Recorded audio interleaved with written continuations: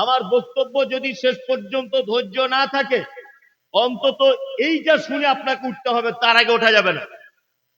এইটা শুনতে হবে। আইয়ামে জাহেলিয়াত, এই জামানাতে আল্লাহ নবী সাল্লাল্লাহু আলাইহি ওয়াসাল্লাম পৃথিবীতে আগমন করেছিলেন। আইয়ামে জাহেলিয়াতটা কেমন ছিল না, মানুষ এতটাই নিচে নেমেছিল। আপনারা জানেন যে পুরুষ আর নারীর একটা শারীরিক সম্পর্কের প্রয়োজন হয় নির্দিষ্ট বয়সে। বাপ তার বেটির সঙ্গে শারীরিক সম্পর্ক স্থাপন করত, ভাতিজা তার ফুপুকে নিয়ে রাত কাটাতো বৈধ মনে করে, ভাই তার বোনের সঙ্গে শারীরিক সম্পর্ক করত বৈধ মনে করে। মানুষ মারা গেলে তার মাথাটাকে কেটে মাথার মগজ বার করে দিয়ে তার মাথার এই খুবলিটাতে মদ রেখে তারা মদ পান করত। এত জাহেলিয়াত বেড়ে গিয়েছিল। আর আজ থেকে সেই জাহেলিয়াতের জামানায় প্রধান পাপ ছিল চারটি পাপ। কটি পাপ? চারটি পাপ। সর্বপ্রধান পাপ ছিল চারটি। এক, মদ পান, মনে রাখবেন। দুই, ব্যভিচার। তিন, সুদ। চার, চক্র বৃদ্ধি হারে সুদ।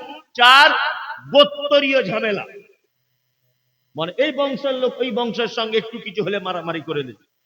আলেম ওলামারা জিজ্ঞাসা করে দেখবেন, আউস আর খাজরাজ বলে দুটো গোত্র, একটা উটকে পানি পান করানোকে কেন্দ্র করে, উট সামান্য, উটকে পানি পান করানোকে কেন্দ্র করে 100 বছর তারা যুদ্ধ চালিয়েছে। দুটো গোত্র 100 বছর এইরকম গোত্রীয় ঝামেলা চলতো। ঠিক এইরকম এক কঠিন পরিস্থিতিতে মুহাম্মদ সাল্লাল্লাহু আলাইহি ওয়াসাল্লাম তিনি আস্তে আস্তে করে বড় হচ্ছেন। তিনি ছোটবেলা থেকে ছিলেন কোমল হৃদয়ের মানুষ, মিষ্টি ভাষার মানুষ। ছোট থেকে তিনি অন্যায়ের বিরুদ্ধে প্রতিবাদ করতেন। ছোট থেকে তিনি অন্যায়ের বিরুদ্ধে বলিষ্ঠ কণ্ঠে বক্তব্য রাখতেন। তাই এই অন্ধকারে নিমজ্জিত জাতিকে আলোর দিকে টেনে আনার জন্য এবং মানুষকে বিপদ থেকে বাঁচাবার জন্য, অন্যায় থেকে বাঁচাবার জন্য তখন তিনি নবী হননি, একটা সংগঠন তৈরি করেছিলেন। সংগঠনটির নাম দেওয়া হয়েছিল হিলফুল ফুজুল। এগুলো যারা ইসলামিক হিস্ট্রি জানেন আপনারা বলতে পারবেন। এই হিলফুল ফুজুল সংগঠনটি আল্লাহ নবী সাল্লাল্লাহু আলাইহি ওয়াসাল্লাম যুবকদেরকে নিয়ে পরিচালনা করতেন, যুবকদেরকে নিয়ে। আর অন্যায় যেখানে হতো আল্লাহ নবী ছেলে পিলেদেরকে নিয়ে, যুবকদেরকে নিয়ে সেইখানে অন্যায় বাধা দিতেন। আচ্ছা, মুহাম্মদ সাল্লাল্লাহু আলাইহি ওয়াসাল্লাম লেখাপড়া জানতেন? আক্ষরিক জ্ঞান ছিল না তো? এরই মাঝখানে আল্লাহ নবী সাল্লাল্লাহু আলাইহি ওয়াসাল্লাম মক্কা থেকে 3.5 কিলোমিটার দূরে জাবালে নূর বলে একটি পাহাড়, সেই জাবালে নূর পাহাড়ে আল্লাহ ধ্যান করতেন।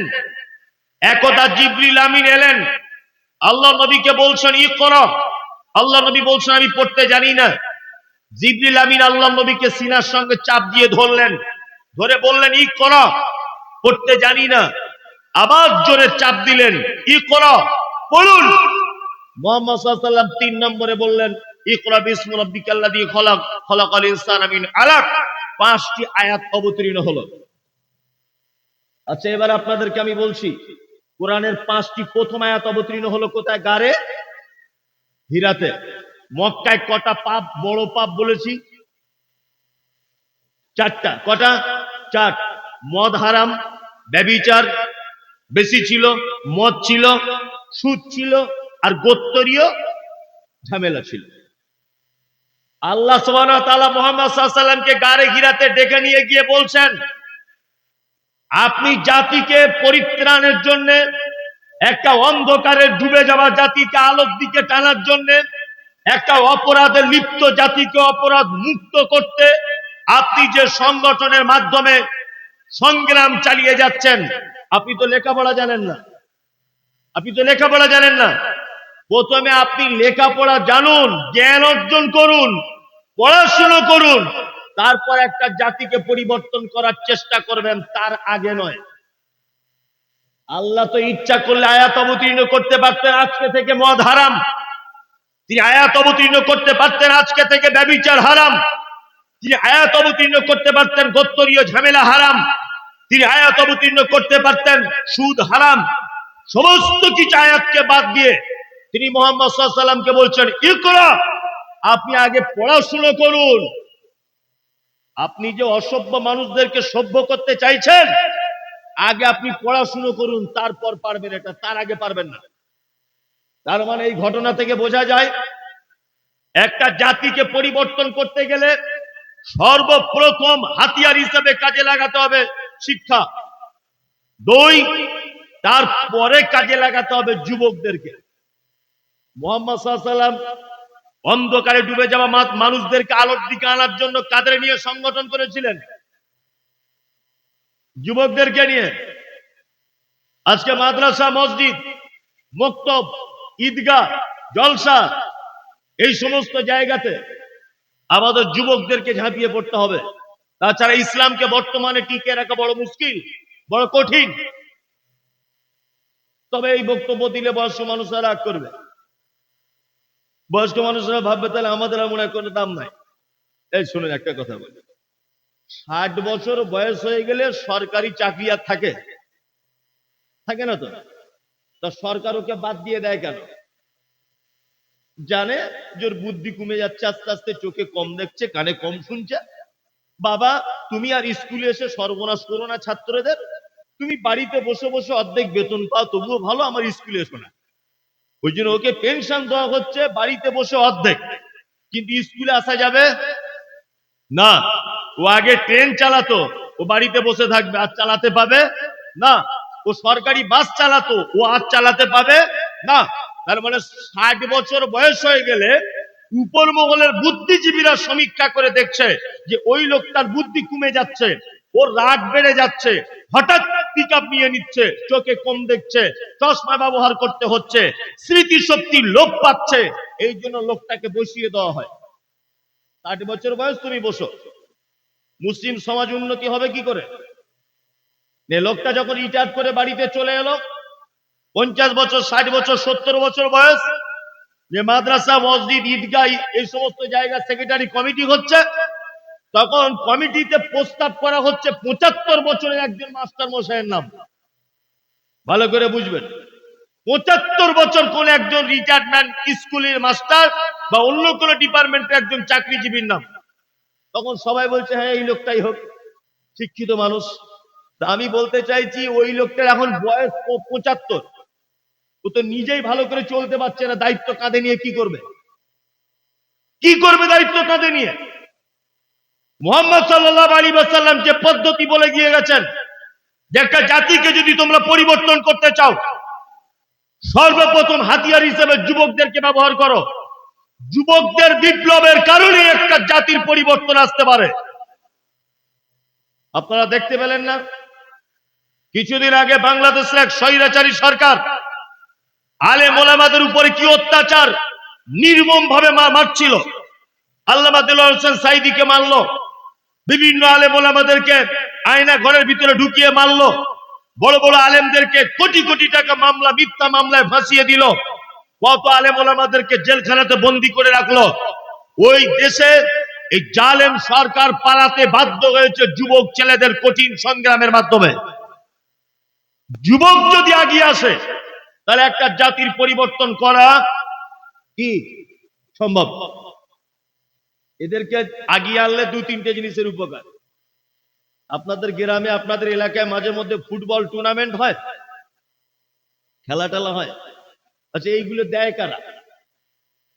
বুড়োরা? কারা? যুবকেরা। আর আমার কলকাতাতে দেখেছি ফুটবল টুর্নামেন্ট যখন হয়, দুটো মেয়ে ভাড়া করা থাকে, হাফ প্যান্ট পরে থাকে, একটা করে গোল হয় আর ঝুমঝুমি বাজিয়ে নাচে। কি বললাম বুঝলেন? গ্রামে ফাংশন হচ্ছে, গ্রামে ডিজে বাজিয়ে পিকনিক হচ্ছে, এগুলো করে কারা? বুড়োরা না ইয়াংরা? ইয়াংরা। আপনাকে গ্রামে টার্গেট করতে হবে যে কোন যুবক ছেলেগুলো এই কাজে লিপ্ত, যারা গ্রামে খেলা দিচ্ছে, ঢোল বাজাচ্ছে, এরা কারা? এরকম 10 জন ছেলেকে আপনারা লিস্ট করুন। লিস্ট করে মসজিদ মাদ্রাসা কমিটি ঈদগার কমিটি যখন হবে ওই 10 জনকে দায়িত্ব দিয়ে দিতে হবে। কি বলছি বুঝতে পারছেন? তার মানে ন্যাংটো মেয়েদের এনে ফুটবলের মাঠে নাচানো, এই কাজে যদি কেউ যুক্ত থাকে, আমি বলবো তাকে যদি মাদ্রাসা মসজিদ মক্তবের দায়িত্ব দিয়ে দেওয়া হয়, ও আর লজ্জাতে ওখানে যাবে না। ইস, আমি মসজিদের দায়িত্ব আছে, আমি আর ও কাজে নেই বাবা, আগে যা করেছি করেছি, এটা বলবে কি বলবে না? বলবে, বলবে। ওই জন্য যুবকদেরকে আগে আসতে হবে। 2, শিক্ষা।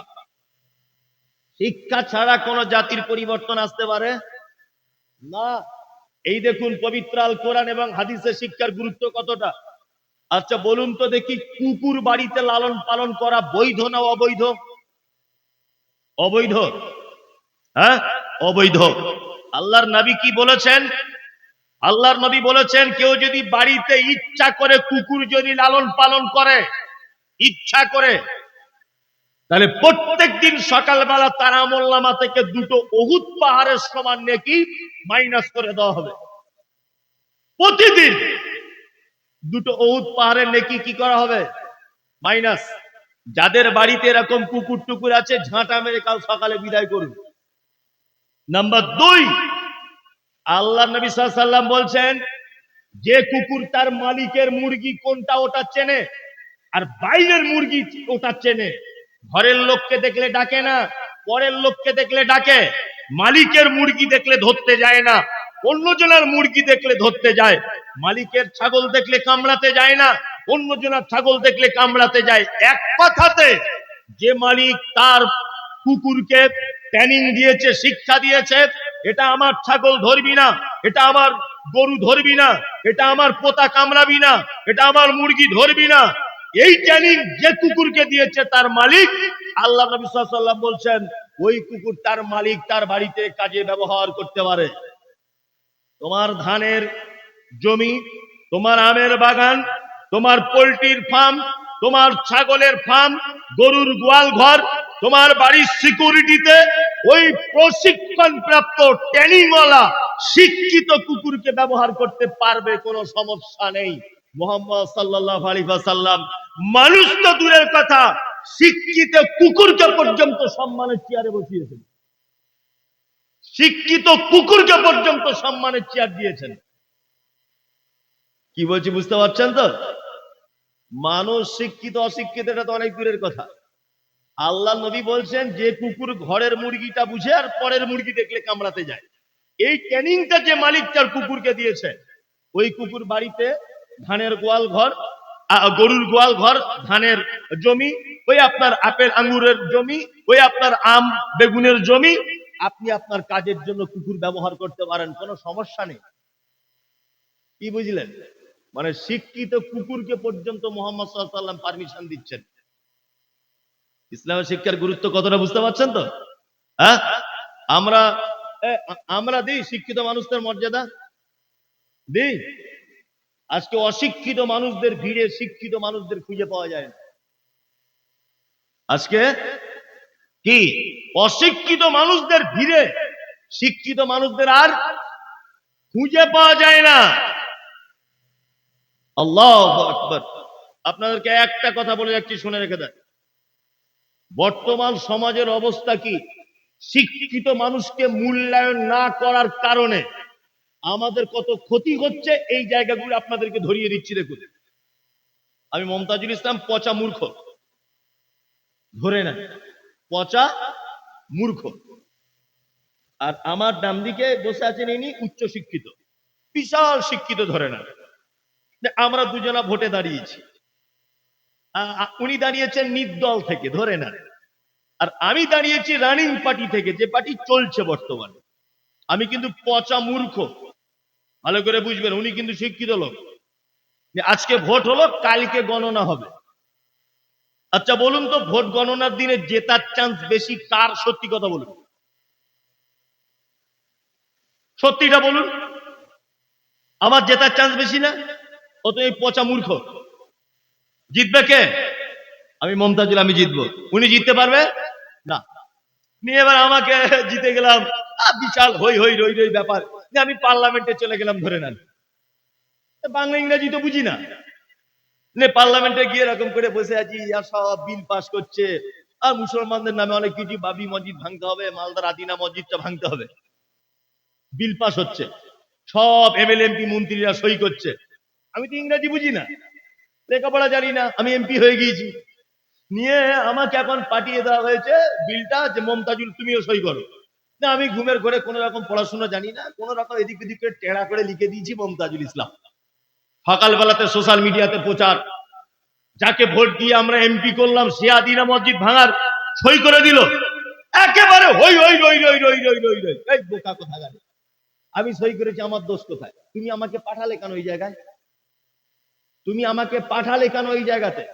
আমার আফসোস লাগে, এসআইআর এর ফর্ম ফিল আপ চলছে, প্রধান ফর্ম ফিল আপ করতে পারে না, প্রধান এসআইআর এর ফর্ম ফিল আপ করতে পারে না।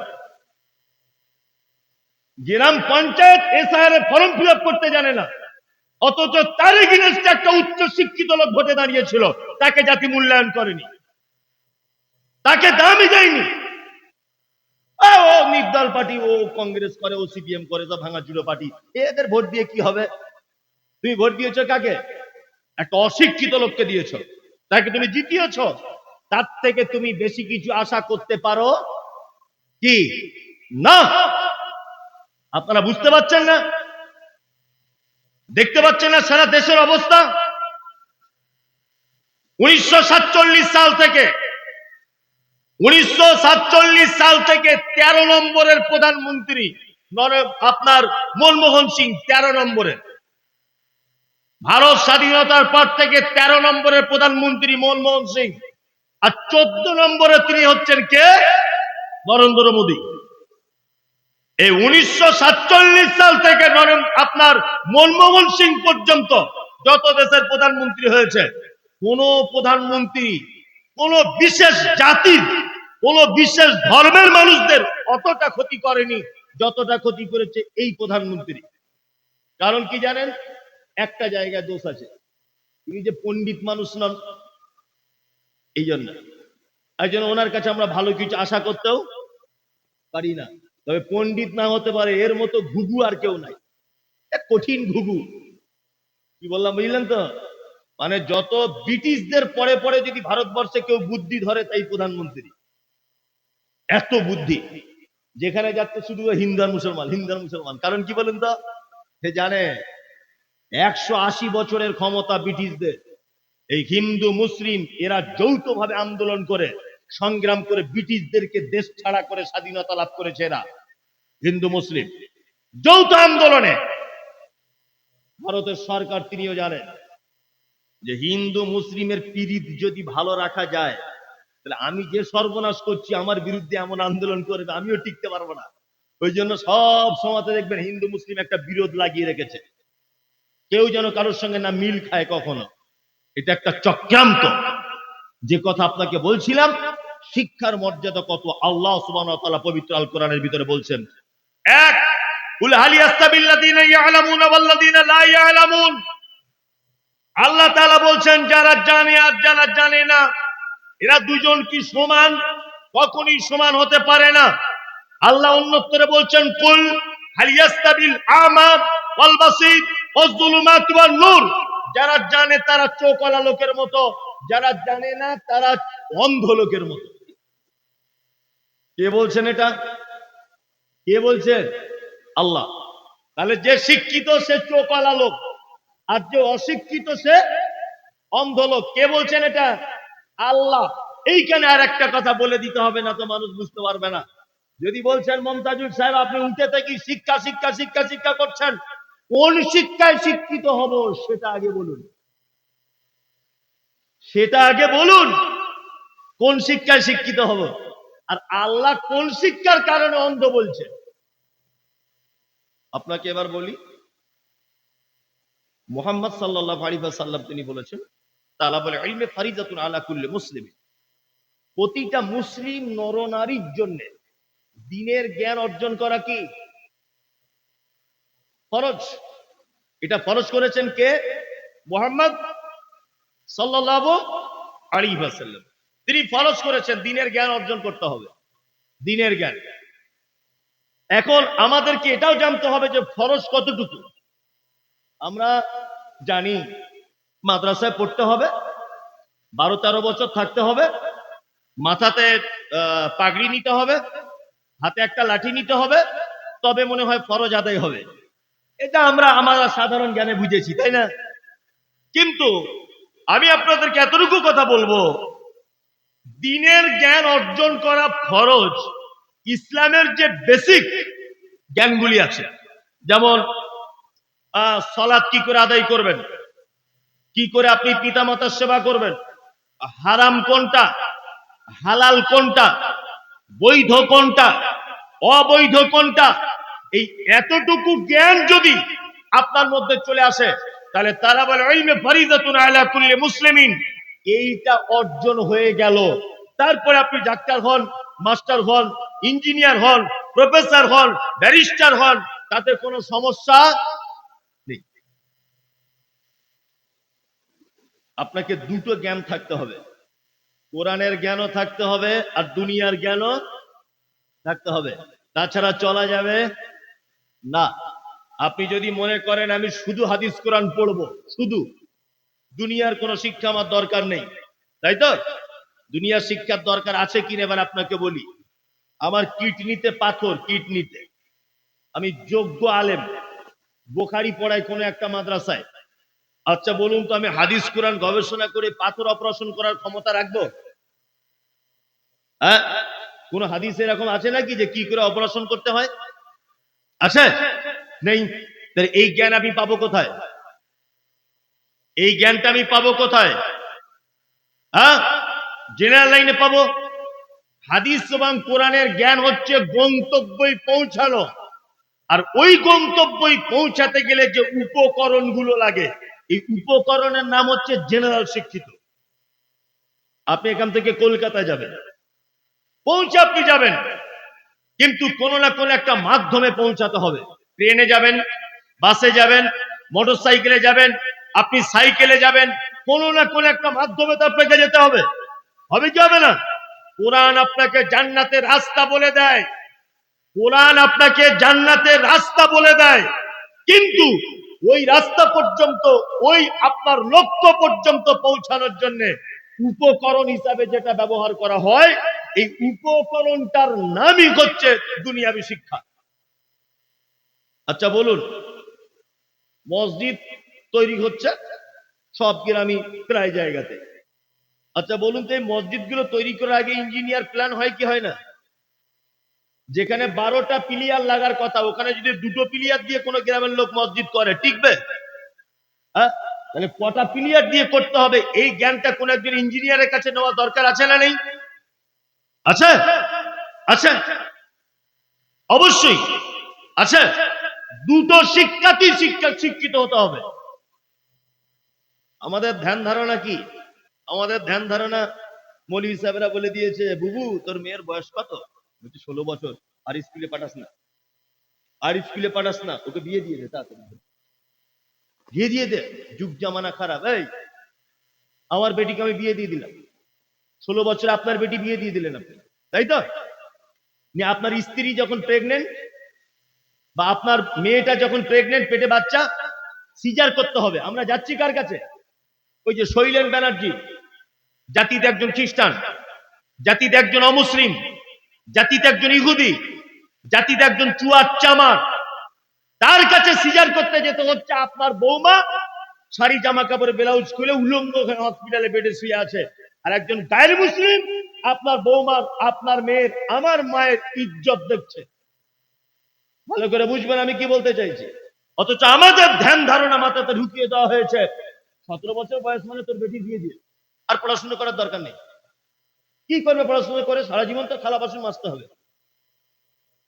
ওর বাপের আর মায়ের মাথাটা খেয়ে 12টা বাজিয়ে মেয়েটা বিয়ে দিয়ে দিল। ওই মেয়েটা যখন পেটে বাচ্চা এলো, তখন হরিপদ ডাক্তার পুরুষ মানুষ, তার লজ্জাস্থান দেখছে ফ্যাল ফ্যাল করে তাকিয়ে। এটা ভালো হলো? আমাদের যদি 20 জন মহিলা মুসলিম ডাক্তার যদি থাকতো, আর তারা যদি আপনার মেয়ের বাচ্চা ডেলিভারি করতো, এটা ভালো হতো না ওই কাওড়া মুচি ওদের হাতে ডেলিভারি হওয়াটা ভালো? কোনটা? নেই। অথচ এই ব্যাপারে আমাদের চিন্তা ভাবনাও নেই, শুধু বলছে তোর মেয়েকে বিয়ে দিয়ে দে। আর দেখতে ভালো, চামড়াটা পরিষ্কার, আলহামদুলিল্লাহ, রূপটাও ভালো, বলছে বিয়ে দিয়ে।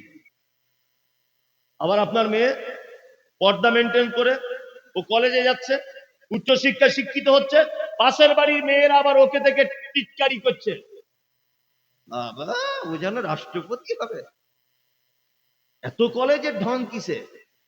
যা, অথচ নিজের সবকিছু হেফাজত করেই যাচ্ছে। অসুবিধা কোথায়? অসুবিধাটা কোথায়? শুনুন, একটা কথা বলি, শিক্ষা অর্জন ছাড়া আপনার একটা ইবাদত কবুল হবে না, একটা ইবাদত কবুল হবে না। এই মমতাজুল ইসলামের কথা বলে গেলাম, এখানে আলেম ওলামারা আছেন, আমার কথা আপনাদের কাছে কতটা গ্রান্টেড হবে এটা আমার জানা নেই, তবে আমি যে যুক্তিটা ব্যবহার করছি এটা দেখুন তো কেমন লাগে। আজকে সারা ভারতবর্ষ জুড়ে, সারা পৃথিবী জুড়ে, প্রত্যেক গ্রামে পাড়াতে, এই গ্রাম সেই গ্রাম মসজিদ করার একটা কম্পিটিশন আছে। ভালো করে বুঝবেন, মসজিদ করতে হবে খুব দামি। আলহামদুলিল্লাহ মসজিদ হচ্ছে, প্রত্যেক গ্রামই হচ্ছে, উন্নত মানের মসজিদ হচ্ছে, কিন্তু বড় দুঃখের ব্যাপার যে ওই মসজিদের আন্ডারে একটা মক্তব নেই ভালো, যেখানে কোরআন শিক্ষার ব্যবস্থা। ভালো করে বুঝবেন শিক্ষার কত গুরুত্ব। আল্লাহ নবী সাল্লাল্লাহু আলাইহি ওয়াসাল্লাম দাঁড়িয়ে আছেন, বুঝুন ভালো করে, আল্লাহর নবী একটা লোককে দেখছেন, লোকটা মসজিদে 2 রাকাত নামাজ পড়েছে, নিজে চোখে দেখলেন। লোকটা এসেছে আল্লাহর নবীর কাছে, আল্লাহর নবী বলছেন তুমি নামাজ পড়েছ? লোকটা বলছে পড়েছি। আল্লাহর নবী বলছেন ফাইন্না কালাম তুসাল্লি, তুমি সালাত আদায় করোনি, তুমি নামাজ পড়োইনি। লোকটা আবার এসেছে, গিয়ে 2 রাকাত নামাজ পড়লো, আবার আল্লাহর নবীর কাছে এসেছে, আল্লাহর নবী তাকে জিজ্ঞাসা করছেন তুমি নামাজ পড়েছ? লোকটা বলছে নামাজ পড়েছি। আল্লাহর নবী বলছেন তুমি নামাজ পড়োইনি। আল্লাহর নবী নিজের চোখে দেখলেন লোকটা নামাজ পড়েছে, তারপরেও আল্লাহ নবী সাল্লাল্লাহু আলাইহি ওয়াসাল্লাম তার নামাজ পড়াটাকে একেবারে উড়িয়ে দিচ্ছেন, তুমি নামাজ পড়োনি। কারণ কি বলুন তো? কারণ একটা, সাল্লু কামা রাআইতুমুনি উসাল্লি, তোমরা ওইভাবে নামাজ পড়ো যেভাবে তোমরা আমাকে পড়তে দেখেছো।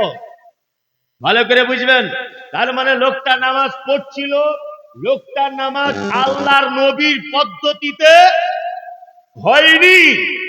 এবার আমি মমতাজুল মসজিদে নামাজ পড়তে গেলাম, আল্লাহু আকবার বলে যদি হাতটা এরকম করে বাঁধি, হবে না? কেন হবে না? কেন হবে না? কেন? আল্লাহর নবীর পদ্ধতি নয়।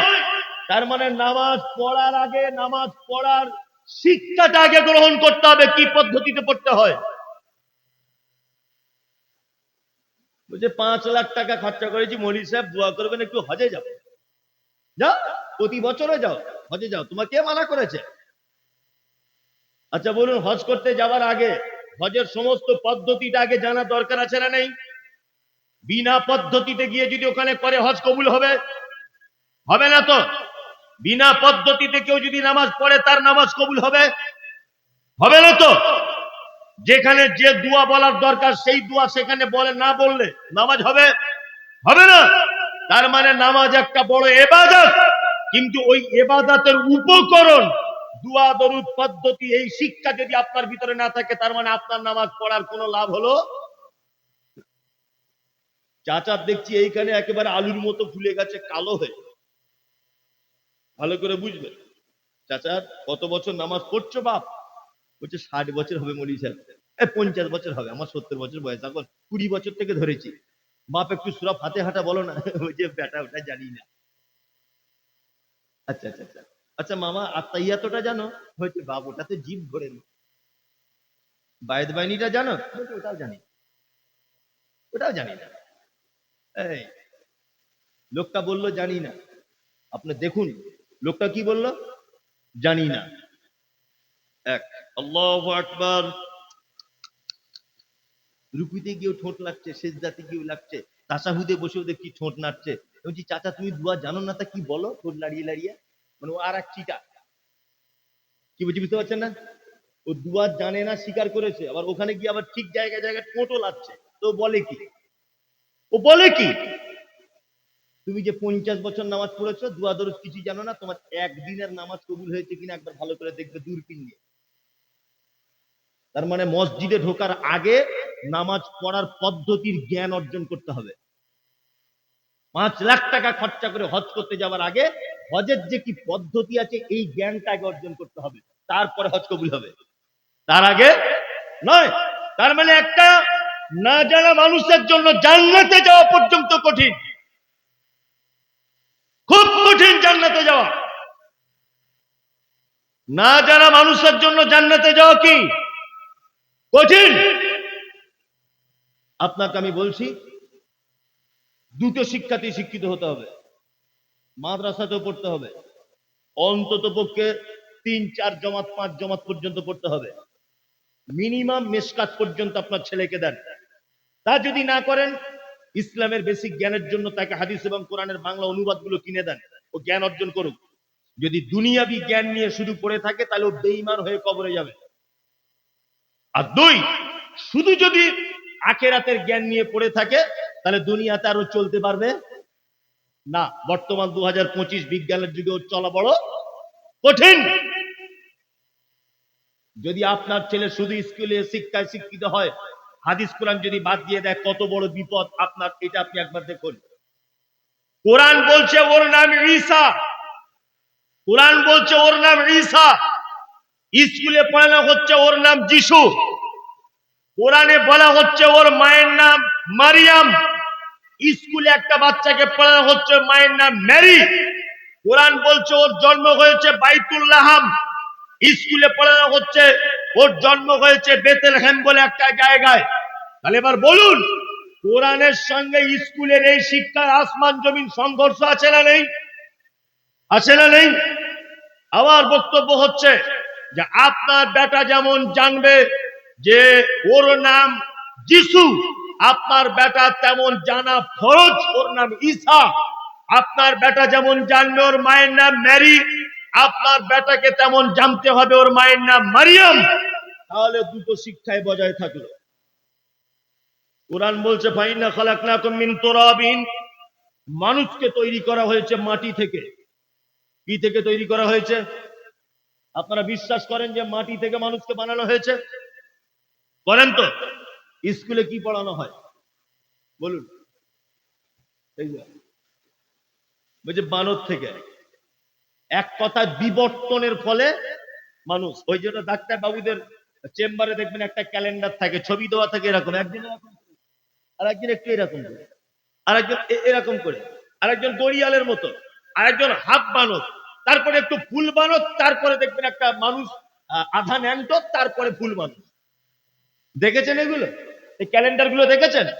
তার মানে এইটা দেখিয়ে ছাত্রদেরকে শিশু মনে ভাবিয়ে তোলা হয় যে মানুষ আগে এরকম ছিল, তারপরে আস্তে আস্তে বাড়লো, বিবর্তন হয়ে তারপরে গড়িয়াল হলো, ওখান থেকে এই প্রাণীটা হলো, তারপরে ফুল বানর, তারপরে মানুষ। আজ থেকে 200 বছর আগে চার্লস ডারউইন এই থিওরি দিয়ে গিয়েছিলেন। আচ্ছা বলুন, আপনার বেটা যদি চার্লস ডারউইনের এই থিওরিটা স্কুলে পড়ে, আর কোরআনের এইটা যদি তার নলেজ না থাকে যে মানুষকে মাটি থেকে তৈরি করা হয়েছে, তাহলে ওর আর ইমাম থাকবে বলে মনে হয়? হবে? থাকবে? থাকবে না। আমার কিন্তু এখন 2025 সালে খুব ইচ্ছা হয়, চার্লস ডারউইন যদি বেঁচে থাকতেন, আমি একটু ওনার সঙ্গে দেখা করতাম, যে আপনি এত বড় মিথ্যা কথা কি করে লিখতে পারলেন, আর এ তথ্য দিলেন কি করে? আর আমি সব থেকে বড় আশ্চর্য হই যে আজ থেকে প্রায় 200 বছর আগেকার এই থিওরিটা 25 সালে পর্যন্ত পড়ানো হচ্ছে।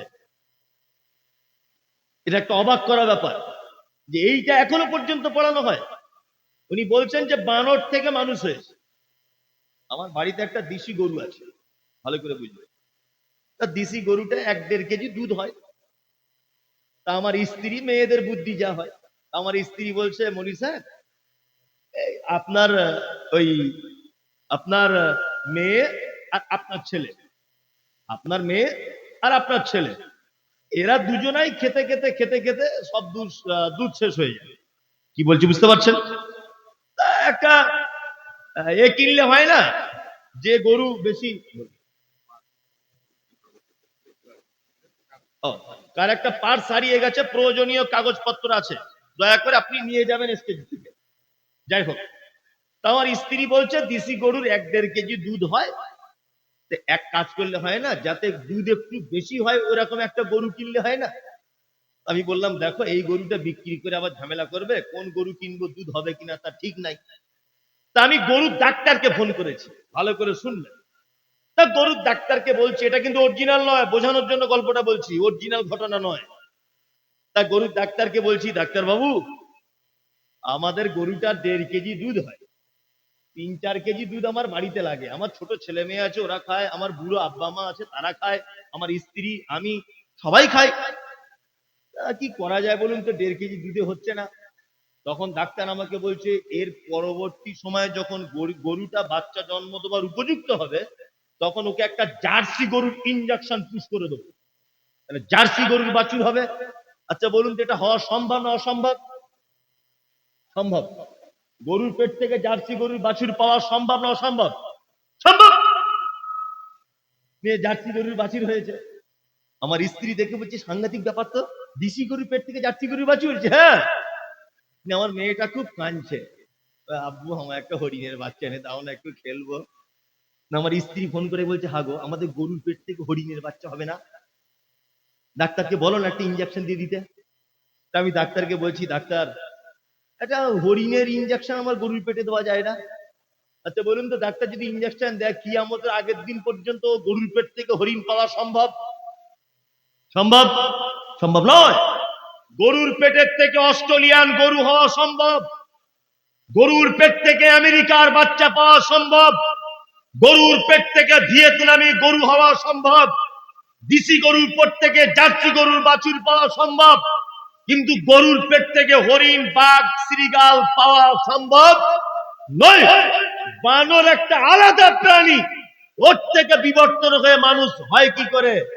আজ থেকে 200 বছর আগে চার্লস ডারউইন যে থিওরি দিয়েছে, আমি চার্লস ডারউইন বেঁচে থাকলে এখন ধরতাম যে তাহলে আপনার 200 বছরের এই থিওরি আজ 2025 সাল পর্যন্ত সুন্দরবনের মাটিতে, আফ্রিকার কঙ্কো জঙ্গলে, ওই আপনার বাঁকুড়ার জঙ্গলে, ওই আপনার বীরভূমের এলেম বাজারের জঙ্গলে যে সমস্ত বানর বসবাস করে, কই একটাও তো মানুষ নতুন করে হলো না। নতুন করে হওয়ার দরকার ছিল কি ছিল না? ছিল।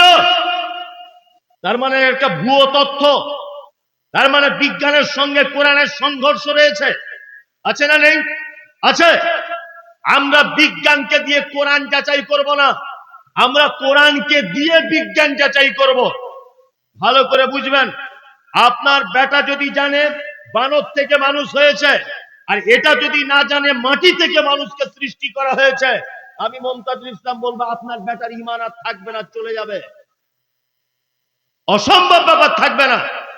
ওই জন্য দুটো শিক্ষাতেই শিক্ষিত হতে হবে আপনার বেটাকে, আপনার বেটিরও তাই। আমরা চেষ্টা করবো ইনশাল্লাহ, ছেলে মেয়েগুলোকে একটু পড়াশোনা করাবো ইনশাল্লাহ, ইনশাল্লাহ, ইনশাল্লাহ। আর একটা কথা বলি, আর একটা কথা বলি, সেটা কি? সেটা হচ্ছে এই যে আমরা যারা এখানে বসে আছি সবাই ধনী মানুষ নয়, কিছু গরিব মানুষ, মধ্যবিত্ত মানুষ আছে, আছে না নেই? আছে। আপনি নিজে একটু কম খাবেন, আপনার স্ত্রীকে বলবেন একটা শাড়ি 2 বছর পরতে। অভাব অনটনের সংসার হলে আপনার জুতোটা ছিঁড়ে গেলে সেলাই করে পড়ুন, আপনার গেঞ্জিটা ছিঁড়ে গেলে সাদা সুতো দিয়ে সেলাই করে পড়ুন।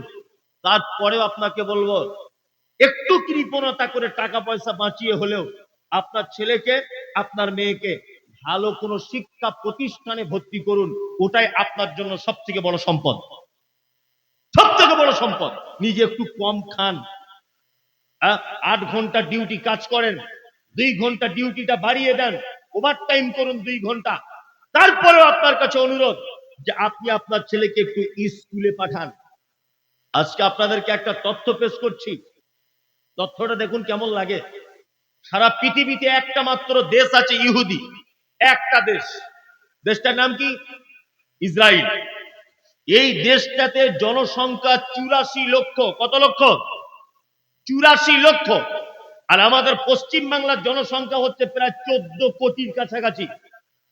ভালো করে বুঝুন, তার মানে আমাদের পশ্চিম বাংলাতে যে মানুষ বসবাস করে তার 13 ভাগের 1 ভাগেরও কম, তাই তো? আপনারা জানেন ইসরায়েলে এই 84 লক্ষ লোক ফিলিস্তিনের উপরে কেমন অত্যাচার চালাচ্ছে। কিছুদিন আগে ইরানের উপরে হামলা চালিয়েছে ওরা ওরা আমেরিকার মতো একজন শক্তিশালী দেশকে পর্যন্ত পরোয়া করে না। কারণ কি জানেন? কারণ হচ্ছে চারটে জিনিসের ক্ষমতা সব থেকে ওদের বেশি। আমি জেনে পড়ে বুঝে তবে আপনাকে বলছি, এটা পৃথিবীর চারটে জিনিস সব থেকে জিনিস ওদের কাছে আছে বেশি। এক নম্বর হলো 18 বছর বয়স পর্যন্ত কোন ছেলে বা মেয়ে তারা যদি স্কুলে না যায় তার বাপকে জরিমানা দিতে হয় সরকারকে, এবং 5 বছর থেকে 18 বছর পর্যন্ত একটা ছেলের শিক্ষার খাতাপত্র, বই কলম, তার খাওয়া দাওয়া, তার পোশাক, তার যানবাহন সমস্ত কিছু সরকার বহন করে। 18 বছরের আগে যদি কোনো ছেলে রাজমিস্ত্রি কাজ করে, 18 বছরের আগে যদি কোনো ছেলে কোন রকমের কাজের সঙ্গে যুক্ত থাকে, তার বাপে 3 বছর পর্যন্ত জেল খাটতে হতে পারে। এর নাম ইসরায়েল। ভালো করে বুঝবেন। 2, প্রত্যেক 3 থেকে 4 জনে একজনে করে সেনার ক্ষমতা ওদের বেশি। 3 নম্বর হচ্ছে এই সারা পৃথিবীতে যত জাতি বসবাস করে, একটা জাতি আছে তাদের ভিতরে কোনো মতনৈক্য নেই, বিভেদ নেই, এককভাবে সবাই একতাবদ্ধ ভাবে জীবনযাপন করে, তারা হচ্ছে ইহুদি। একতা। আজকে আপনি হিন্দু ভাইদের ভিতরে যান, হিন্দুরা এখন ভাগ হয়ে গেছে। শুভেন্দু অধিকারীর হিন্দু আলাদা, ভালো করে বুঝবেন। যারা শুভেন্দু অধিকারীর সাথে ঘোরে ওরা আলাদা হিন্দু, ভালো করে বোঝার চেষ্টা করুন। আবার যারা ওই আপনার দীনকৃষ্ণ ঠাকুরের বক্তব্য শোনে ওরা আবার আলাদা হিন্দু। মানে কি, চিন্তা ভাবনাটা আলাদা। শুভেন্দু অধিকারীর সঙ্গে যারা ঘোরে তাদের চিন্তা ভাবনা মুসলমান দেখলেই মারো, ওরা সব জেহাদি, ভালো করে বুঝবেন। ও উগ্রবাদী হিন্দু, ওরা আলাদা। আজকে মুসলিমদের ভিতরে বিভিন্ন দলে বিভক্ত আছে না নেই? আছে, বিভিন্ন ফেরকাতে বিভক্ত। সারা পৃথিবীর ইতিহাস বলছে যে 4টে কাজে তারা সব থেকে এগিয়ে ইহুদিরা। তার ভিতরে 3 নম্বরে একতা, ঐক্যবদ্ধ জীবন। নাম্বার 4 নম্বর, সারা ভারতবর্ষে আমাদের যত শিক্ষিত মনীষীদের জন্ম, বা সারা ভারতবর্ষের ভিতরে সব থেকে বড় আবিষ্কার পরমাণু বিজ্ঞানী, তিনি কে? এপিজে আব্দুল কালাম।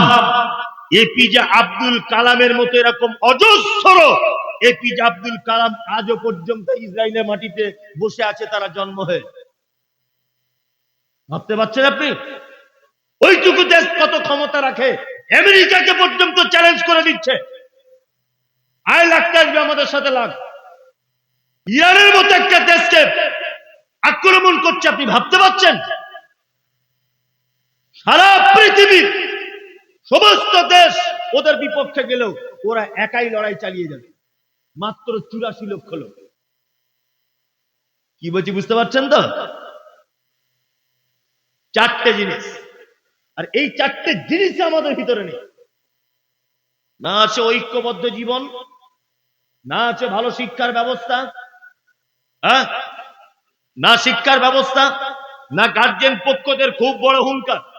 15 বছরের ছেলে বিড়ি টানছে, রাজমিস্ত্রি কাজ করছে, আর ওর বাপ ফোন করে বলছে কি বেটা টাকা পাঠালি না, তোমার 5,000 চামড়া তুলে দিতে হবে। এই 15 বছরের ছেলে ও টাকা পাঠাবে কেন? ও তো স্কুলে যাবার বয়স। 12 বছরের ছেলে ও রাজমিস্ত্রি কাজ করছে, হোটেলে কাজ করছে কলকাতাতে, আমি দেখেছি। রায়গঞ্জের কিছু ছেলে, বাচ্চা ছেলে, 12-13 বছরের ছেলে, তারা হোটেলে থালা বাসন মারছে। কেন? ও তো স্কুলে যাবার বয়স। ওই জন্য বলছি শিক্ষার ব্যাপারে আগে আসুন। এবার আপনাদেরকে আমি পৃথিবীর এক দামি শিক্ষিত মানুষের গল্প বলবো, মারাত্মক দামি, আপনি অবাক হয়ে যাবেন, অবাক। পবিত্র আল কোরআনে আল্লাহ সুবহানাহু ওয়া তাআলা একটা লোকের নামে একটা সূরা অবতীর্ণ করেছে। বলুন তো কি সূরা? লোকমান, তাই না? নবীও ছিলেন না, রাসূলও ছিলেন না। কি ছিলেন? হাকিম, প্রজ্ঞাময়, অত্যাধিক জ্ঞানী। আল্লাহ সুবহানাহু ওয়া তাআলা ওনার জ্ঞান দান করেছিলেন। লোকমান হাকিমের ব্যাপারে তফসির ইবনে কাসিরটা একবার খুলে দেখবেন, কোরআনের তফসির ইবনে কাসির। লোকমান হাকিমের ব্যাপারে ওনার পরিচিতি দেওয়া হয়েছে যে ওনার বাড়ি, আপনারা জানেন, আগে বলতো, এটা স্কুলে পড়ানো হয়েছে, আমরা পড়েছি যে দুর্ভিক্ষের মহাদেশ বলা হয় দক্ষিণ আফ্রিকাকে, মানে ওখানকার মানুষ এত গরিব। এখন অবশ্য নেই। এই দক্ষিণ আফ্রিকার একটা শহরের নাম হচ্ছে হাবাসা। কি নাম? হাবাসা। বর্তমানে তার নাম দেওয়া হয়েছে ইথিওপিয়া। কি বললাম বুঝলেন? এই ইথিওপিয়া দেশে বা ইথিওপিয়া শহরে জন্মগ্রহণ করেছিলেন কে? লোকমান হাকিম। লোকমান হাকিম ছিলেন এত জ্ঞানী, এত জ্ঞানী। দেখতে কেমন ছিল? তাফসীর ইবনে কাসিরের ভিতরে এসেছে, ঠোঁটগুলো মাটির দিকে ঝোলা, আর একদম কালো কুচকুচ কুচকুচ কুচকুচ করতো, হাঁড়ির কালির মতো। আফ্রিকার লোক কেমন হয় আপনারা বুঝতে পারছেন? ক্রিকেট খেলা যারা দেখেন, নাইজেরিয়ানদের যারা খেলা দেখেন, বুঝতে পারেন কেমন কালো হয়। এই কালো কুচকুচে ঠোঁট মোটা লোকটা, তার কথাতে আল্লাহ সুবহানাহু ওয়া তাআলা কুরআনে উল্লেখ করেছেন, তার নামে একটা পরিপূর্ণ সূরা অবতীর্ণ করে দিয়েছেন। সুবহানাল্লাহ। কারণ কি? লোকটা কেমন জ্ঞানী ছিল একটা কথা বলি তাহলে। তার জ্ঞান কেমন দেখুন। উনি ছোটতে বকরি চড়ানো কাজ করতেন, বকরি, ছাগল চড়াতেন, ছাগল। একদিন লোকমান হাকিমের মালিক লোকমানকে ডেকে বলছে, লোকমান, আজকে বাড়িতে কি রান্না হয়েছে? লোকমানের জ্ঞান দেখুন, কি রান্না হয়েছে বলো? লোকমান তখন বলছে, বাড়িতে বকরি রান্না হয়েছে, বকরি। আচ্ছা, তাহলে এক কাজ করো, বকরির শরীরের ভিতরে সব থেকে উন্নত মানের একটা অংশ আমাকে এনে দাও, আমি খাবো। দুটি অংশ। লোকমান হাকিম হৃৎপিণ্ড আর জিহ্বা, এই দুটো জিনিস প্লেটে করে দিলেন। তা মালিক তখন জিজ্ঞাসা করছে, লোকমান, এই দুটো কি বকরির দেহের মধ্যে সব থেকে ভালো? তো বলছে হ্যাঁ। কিছুদিন পার হয়ে গেল, আবার মালিক একদিন জিজ্ঞাসা করে বলছে, লোকমান, আজকে বাড়িতে রান্না কি হলো? তা বলছে, আজকে বাড়িতে রান্না হয়েছে বকরি।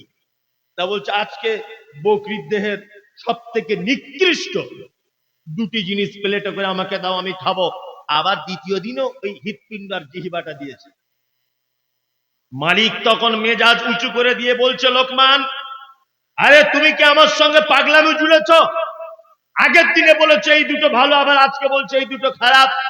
লোকমান হাকিম তখন বলছেন, যা বলা শুনুন, কোন মানুষের দেহের ভিতরে এই দুটো জিনিস যদি ভালো হয় তাহলে সে লোক ভালো, আর কোন মানুষের দেহের ভিতরে জীব আর এই জায়গাটা যদি খারাপ হয় তাহলে সে লোক খারাপ। অরিজিনালটাও তো তাই, তাই না? সামনে আসসালামু আলাইকুম, অন্তরে বীজ ভরা, এক নম্বরের বদমাইশ আছে না? আসসালামু আলাইকুম, আরে মমতাজুল সাহেব, আপনার মতো লোক হয় না।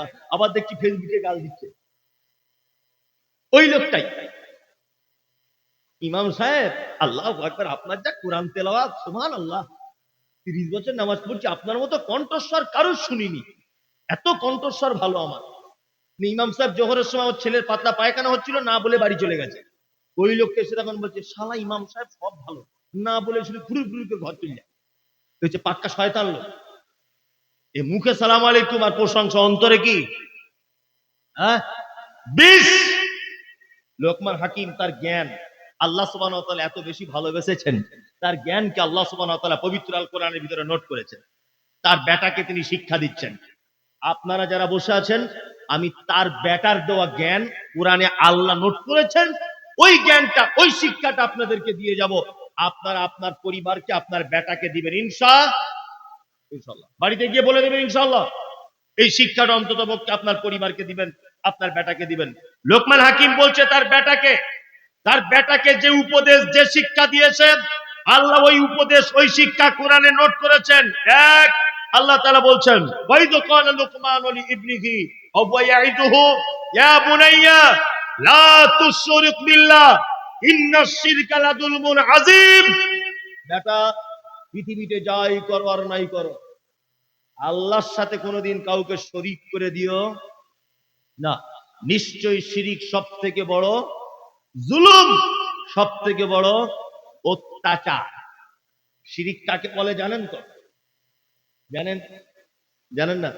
আপনাকে বলে দিই সহজ বাংলাতে, একদম সহজ।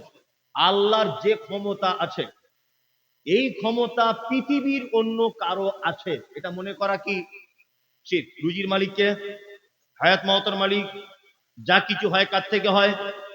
তাই না? আল্লাহ থেকে। এক কথা, আল্লাহর যে ক্ষমতাটা আছে, এই ক্ষমতা পৃথিবীর অন্য কারো আছে এটা মনে করা শিরক। শিরক সম্পর্কে আপনাকে কেন প্রথমে সচেতন করা হচ্ছে? লোকমান হাকিম তার বেটাকে শিরক সম্পর্কে কেন সচেতন করছেন? আল্লাহ সুবহানাহু ওয়া তাআলা বলছেন, ইন্নাল্লাহা লা ইয়াগফিরু আন ইউশরাকা বিহি ওয়া ইয়াগফিরু মা দুনা যালিকা লিমান ইয়াশা। পৃথিবীতে যত বড় পাপ আছে, প্রত্যেক পাপকে আমি আল্লাহ ইচ্ছা করলে ক্ষমা করে দিতে পারি। ব্যভিচার করেছো, ইচ্ছা করলে ক্ষমা করে দিতে পারি। তুমি সুদ খেয়েছো, ইচ্ছা করলে ক্ষমা করে দিতে পারি। তুমি অন্যায় করেছো, ইচ্ছা করলে ক্ষমা করে দিতে পারি। 30 বছর নামাজ পড়নি, ইচ্ছা করলে ক্ষমা করে দিতে পারি। 30 বছর রোজা রাখনি, ইচ্ছা করলে ক্ষমা করে দিতে পারি। কিন্তু আল্লাহ সুবহানাহু ওয়া তাআলা বলছেন, কেউ যদি আমার সাথে কাউকে শরীক যদি করে দেয়, ওকে ক্ষমা করার ব্যাপারে কোনোদিন আমার ইচ্ছাটাও জাগবে না। কি বলছি বুঝতে পারছেন? শিরক কত বড় পাপ। আল্লাহ তাআলা বলছেন, ইন্নাহু মান ইউশরিক বিল্লাহ ফাকাদ হারামাল্লাহু আলাইহিল জান্নাহ ওয়া মাওয়াহুন নার ওয়া মা লিয-যালিমিনা মিন আনসার। শিরিক যারা করে তাদের জন্য জান্নাত হারাম। তাদের জন্য কি জান্নাত হারাম? ওয়া মাওয়াহুন নার, তাদের থাকার জায়গা জাহান্নাম। ওয়া মা লিয-যালিমিনা মিন আনসার, এবং কিয়ামতের মাঠে শিরিককারীদের কোনো সহযোগিতা করা হবে, কোনো সাহায্য পাবে না। আপনাকে আর একটা কথা বলে দিই, আমি কোটি কোটি টাকা সুদ খেয়ে মারা গেছি, বলুন তো আমার জন্য দোয়া করা যাবে কি যাবে না? বলুন। আপনি আমার ভাই ধরে নেন, আপনি দোয়া করতে পারেন, আল্লাহ আমার ভাই মমতাজুর অন্যায় করেছে, ক্ষমা করে দাও, দোয়া করা যাবে কি যাবে না? যাবে। কেন যাবে না? আমি পাপ করেছি, পাহাড় সম পরিমাণ পাপ করেছি। আল্লাহকে যে ক্ষমা চাইলে ক্ষমা হবে, আমি ক্ষমা চাইতে পারিনি, আমার পক্ষ থেকে আপনি চান আল্লাহ আমার আব্বাকে একটু ক্ষমা করে দাও, এটা আপনার বলার রাইট আছে না নেই? আছে। একটা পাপীর জন্য ক্ষমা প্রার্থনা করা হারাম। একটা পাপীর জন্য ক্ষমা প্রার্থনা করা হারাম। এই দেখুন আল্লাহ তাআলা পবিত্র আল কোরআনে বলছেন, মা কানা লিন নাবিয়্যি ওয়াল্লাযীনা আমানু আন ইস্তাগফিরু লিল মুশরিকিন ওয়ালাউ কানু উলি কুরবা। আল্লাহ বলছেন নবীদের জন্য উচিত নয়, ইমানদারদের জন্য উচিত নয় যে যারা শিরিক করা অবস্থায় মারা যায় তাদের জন্য ক্ষমা প্রার্থনা করা। সুবহানাল্লাহ। শুধু যদি আল্লাহ ইমানদারদের কথা বলতেন আলাদা ব্যাপার, আল্লাহ বলছেন নবীদেরও উচিত নয় যে যারা শিরিক করা অবস্থায় মারা যায় মুশরিক, তাদের জন্য ক্ষমা প্রার্থনা করা। এই দেখুন আপনাকে আর একটা কথা বলি, পবিত্র আল কোরআনে আল্লাহ সুবহানাহু ওয়া তাআলা বলছেন কি, ইস্তাগফির। নবী আপনি ক্ষমা প্রার্থনা করেন, আওলা তাস্তাগফির, ক্ষমা প্রার্থনা নাই বা করেন, ইন তাস্তাগফির লাহুম ৭০ মাররাতান, আপনি যদি একদিনে ৭০ বার যদি ক্ষমা প্রার্থনা করেন শিরিককারীদের জন্য, তাহলে তবুও তাকে ক্ষমা করা হবে না। শিরিক এত বড় পাপ। তবে আমরা যতই বলি নিজেকে আহলে হাদিস, নিজেকে যতই বলি হাদিস মেনে চলি, আমরাও শিরিক করি। স্বামীকে বশ করার জন্য দেখবেন বালিশের তলাতে তাবিজ লুকিয়ে রেখেছে ওর বউ, হয় না? মাঝে মধ্যে অবাক হই, অবাক। একটা যুবক ছেলে 4টা আংটি পড়েছে, হাতে 4 রকমের পাথর, 4 রকমের। বলছে এটা কি রে ভাই? বলছে এটা বউ কথা শোনে না হুজুর, এটা। বলছে আমার বউ মায়ের বাড়ি গেলে আর আসতে চায় না, ওই গোপন ভাবে নিয়েছি। এটা কিসের রে ভাই? এটা গোপন ব্যাপার, বলা যাবে না। আর এই এই ছোট আঙুলটা কি খবর? বলছে আমার শাশুড়ি বলে আমি নাকি মায়ের কথায় চলি, ওই জন্য এটা আমার শাশুড়ির পক্ষ থেকে দিয়েছে, অষ্টধাতু আংটি। 5টা আংটি পরে ঘুরছে, আর 5 রকমের পাথর লাগানো, এক এক পাথরে এক এক রকমের কাজ। এই আপনাদেরকে একটা কথা বলি, হযরত ওমরকে চেনেন? হযরত ওমর নাম শুনেছেন? হযরত ওমর, পৃথিবীতে একটা পাথর আছে জান্নাত থেকে এসেছে, ডাইরেক্ট জান্নাত থেকে। পাথরটার নাম কি? হাজরে আসওয়াদ, যেটা কাবার এক কোণাতে লাগানো আছে, হাজী সাহেবরা চুম্বন করে। এটা জান্নাত থেকে এসেছে। হাদিসে এসেছে যে পাথরটা যখন আসে দুধের থেকেও সাদা ছিল। আদম সন্তান পাপের বোঝা নিয়ে চুম্বন করতে করতে করতে করতে আলকাতরার মতো কালো হয়ে গেছে। কি বললাম বুঝলেন? হযরত ওমর হজ করতে গিয়ে বারবার কাবাটা ঘুরছেন, আর হাজরে আসওয়াদের দিকে আঙুল বাড়িয়ে দিয়ে বলছেন, এ হাজরে আসওয়াদ, পশ্চিম কালে আমি তোমাকে চুম্বন করতাম না। তুমি কোনো উপকারও করতে পারো না, ক্ষতিও করতে পারো না।